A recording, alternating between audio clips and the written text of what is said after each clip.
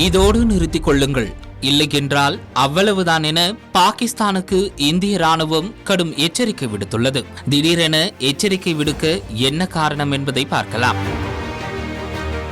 Operation சிந்தூருக்கு பிறகு பாகிஸ்தான் பல்வேறு வழிகளில் இந்தியாவுக்கு தொல்லை கொடுத்து வருகிறது. இதற்கெல்லாம் இந்திய ராணுவமும் சலிக்காமல் பதிலடி கொடுத்து வருகிறது. அதே சமயம் எல்லைப் பகுதிகளில் பாதுகாப்பையும் இந்தியா பலப்படுத்தி வைத்துள்ளது. எல்லைப் பகுதிகளில் இந்திய ராணுவம் 24 மணி நேரமும் ரோந்து பணியில் ஈடுபட்டு வருகின்றனர். அதேபோல பாகிஸ்தான் ராணுவம் ஜம்முவில் உள்ள எல்லை கட்டுப்பாட்டு பகுதி அருகே கண்காணிப்பு பணிகளை தீவிரப்படுத்தி வருகிறது. இந்த நிலையில் இந்திய ராணுவம் வழக்கம் போல ரோந்து பணியில் ஈடுபட்டிருந்தனர். அப்போது ஜம்முவின் கூர் பகுதியில் உள்ள எல்லை கட்டுப்பாட்டு பகுதி அருகே ட்ரோன் ஒன்று பறந்து வந்துள்ளது. சற்றும் யோசிக்காத இந்திய ராணுவத்தினர் ட்ரோனை சுட்டு வீழ்த்தியுள்ளனர். இந்த தாக்குதலில் ட்ரோன் சுக்குநூறாக சிதறியிருக்கிறது.